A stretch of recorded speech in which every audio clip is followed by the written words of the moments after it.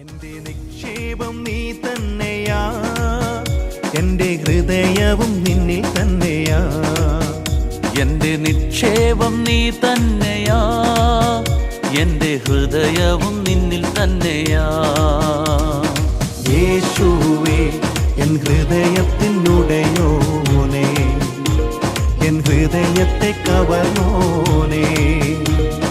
യേശുവേ N ഹൃദയത്തിനുടയോനേ, N ഹൃദയത്തെ കവർന്നോനേ. എന്റെ നിക്ഷേപം നീ തന്നെയാ, എന്റെ ഹൃദയവും നിന്നിൽ തന്നെയാ. ദൈവനാമം മഹത്വപ്പെടുമാറാകട്ടെ. അനുഗ്രഹിക്കപ്പെട്ട ഈ പ്രഭാത യാമത്തെങ്കിൽ ഇപ്രകാരം നമുക്ക് ഒരുമിച്ച് പ്രത്യാശയോടെ ഈ പ്രഭാത ജാഗരണത്തെങ്കിൽ കൂടി വരുവാൻ കൃപയൊരുക്കിയ ദൈവത്തെ അതിയായി സ്തുതിക്കുകയാണ്. ഏവർക്കും നല്ലൊരു പ്രഭാതം ആശംസിക്കുന്നു.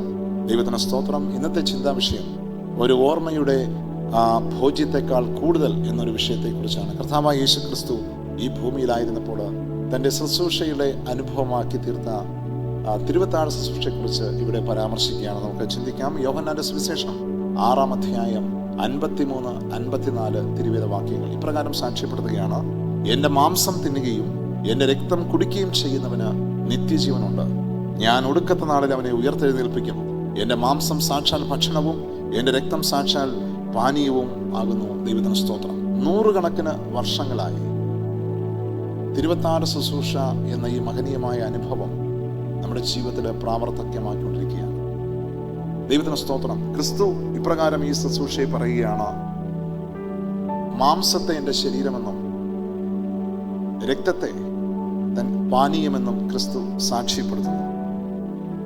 അപ്പൊ ഇതാ യഥാർത്ഥത്തിൽ ഈ മാംസത്തെയും രക്തത്തെയും ഇത് രൂപാന്തരപ്പെട്ട അനുഭവം എന്നാണോ ക്രിസ്തു ഉദ്ദേശിക്കുന്നത്, അതോ മറ്റെന്തെങ്കിലും അതിലൂടെ നമ്മോട് സംസാരിക്കുവാൻ ക്രിസ്തു ആഗ്രഹിക്കുന്നുണ്ടോ എന്ന് നമുക്കൊന്ന് പരിശോധിക്കാം. ദൈവത്തിന് സ്തോത്രം. വേദപുസ്തകം ഇപ്രകാരമുള്ളതായ സങ്കല്പങ്ങൾക്കും വളരെ വലുതാണ്.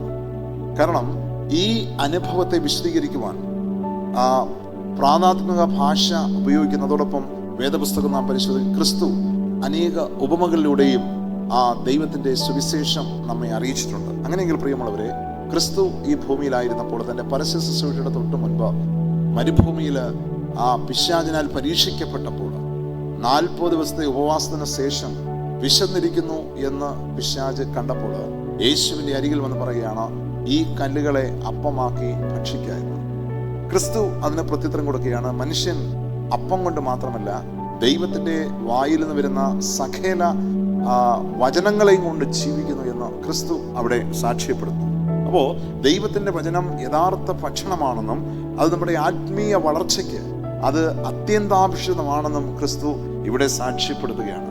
അപ്പോ അപ്പത്തെക്കുറിച്ച് ക്രിസ്തു അങ്ങനെ സാക്ഷ്യപ്പെടുത്തുമെങ്കിൽ വീഞ്ഞിനെ കുറിച്ച് എന്താണ് ഇവിടെ പരാമർശിക്കുന്നത് പറയുമ്പോൾ ക്രിസ്തുവിന്റെ രക്തത്തെ എന്താണ് ഇവിടെ കുറിക്കുന്നത്?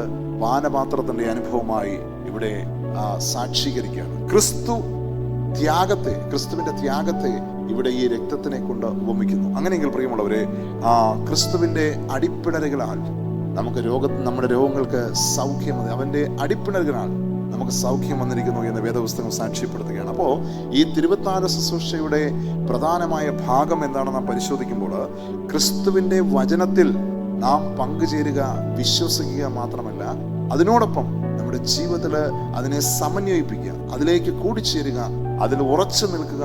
അതിലൂടെ മറ്റ് അനേകരെയും ക്രിസ്തുവിലേക്ക് നേടുവാൻ കഴിയും എന്നൊരു മഹത് സന്ദേശമാണ് തിരുവത്താഴ് ശുശ്രൂഷയുടെ ക്രിസ്തു വെളിപ്പെടുന്നത്. അങ്ങനെയെങ്കിൽ പ്രിയമുള്ളവരെ, ഇവിടെ യേശുവിന്റെ ത്യാഗത്തെ, ഈ തിരുവത്താഴം എന്ന ശുശ്രൂഷ നമ്മുടെ ആലയങ്ങളിൽ നാം ക്രമീകരിക്കുമ്പോൾ അത് ആ ത്യാഗത്തെ ഓർക്കുക എന്നതുപോലെ തന്നെ ക്രിസ്തുവിന്റെ വചനത്തിൽ നാം പരിപൂർണതയോടെ വിശ്വസിക്കേണ്ടതാകും. അത് നമ്മുടെ ജീവിതത്തിൽ പകർത്തേണ്ടതാകുന്നു. അപ്രകാരം നാം പകർത്തുമ്പോഴാണ് ഇവിടെ ക്രിസ്തു യോഹന്നാന്റെ സുവിശേഷം നാം വായിച്ച മനപ്പാഠവാക്യം 6-ന്റെ 53, 54 വാക്യങ്ങളിൽ ക്രിസ്തു സാക്ഷ്യപ്പെടുത്തിയതിൽ നമുക്ക് പ്രാപിക്കാൻ തക്കവണ്ണം കഴിയുള്ളൂ. ക്രിസ്തു എന്താണ് ഇവിടെ സാക്ഷ്യപ്പെടുത്തത്?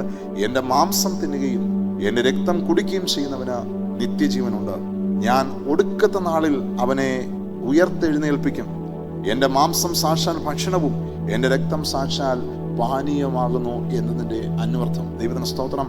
ആ ഒരു പ്രത്യാശയുടെ അനുഭവം നാം കൈവരിക്കുക എന്നതാണ് ദൈവത്തിൻ്റെ ലക്ഷ്യം. ആയതിനാൽ പ്രിയമുള്ളവരെ, ആ ഒരു പ്രത്യാശയുടെ അനുഭവത്തിൽ നാം മാത്രമല്ല, നമ്മാൽ ആദായപ്പെട്ടവരും ക്രിസ്തുവിൻ്റെ ത്യാഗത്തിനോടൊപ്പം തന്നെ ക്രിസ്തുവിൻ്റെ വചനങ്ങളെ നാം വിശ്വസിക്കുകയും അത് നമ്മുടെ ജീവിതത്തിൽ പ്രാവർത്തികമാക്കുകയും അതിൽ നാം സമന്വയിപ്പിച്ചുകൊണ്ട് ക്രിസ്തുവിന് വേണ്ടി നിൽക്കുവാൻ ദൈവത്തിന്റെ പരിശുദ്ധാത്മ നമ്മെ ഏവരോടും കൃപയും കരുണയും തോന്നുമാറാകട്ടെ എന്ന് പ്രത്യാശിച്ചുകൊണ്ട് ഈ പ്രഭാചകർന്ന് വിരമിക്കുന്ന ദൈവം നമ്മെ എവരെയും അനുഗ്രഹിക്കട്ടെ. ആമേൻ. ഒരു നിമിഷം നമുക്ക് പ്രാർത്ഥിക്കാം. സ്നേഹവാനായ ഞങ്ങളുടെ നല്ല ദൈവമേ, ഈ ഒരു വലിയ പ്രത്യാശയുടെ അനുഭവം, തിരുവത്താഴത്തിന്റെ അനുഭവം ഇന്ന് ഞങ്ങൾക്ക് ചിന്തിക്കുവാൻ കർത്താവ് കൃപയൊരുക്കി. അത് അവിടുന്ന് ഞങ്ങൾക്ക് ചെയ്തായ ത്യാഗം മാത്രമല്ല, ആ ത്യാഗത്തിനോടൊപ്പം കർത്താവെ അവിടുന്ന് നൽകിയതായ വചനങ്ങൾ, അതിനെ ഞങ്ങൾ വിശ്വസിക്കുകയും ഞങ്ങളുടെ ജീവിതത്തിൽ പ്രാവർത്തികമാക്കുകയും അതിനെ സമന്വയിപ്പിച്ചുകൊണ്ട് ഞങ്ങൾ മാത്രമല്ല, ഞങ്ങളാൽ ആദായപ്പെട്ടവരും ക്രിസ്തുവിന്റെ വരവിനായി ഒരുങ്ങുവാൻ കർത്താവെ ഞങ്ങൾ ഏവരെയും അതിനായി അവിടുന്ന് ഒരുക്കണമെന്ന് യേശു ക്രിസ്തുവിന്റെ അതിപരിശുദ്ധമുള്ള നാമത്തിങ്കൽ അപേക്ഷിക്കുമ്പോൾ കൃപയോടെ ഞങ്ങളുടെ പ്രാർത്ഥന കേൾക്കുമാറാകണമേ. ആമേൻ. സ്തോത്രം.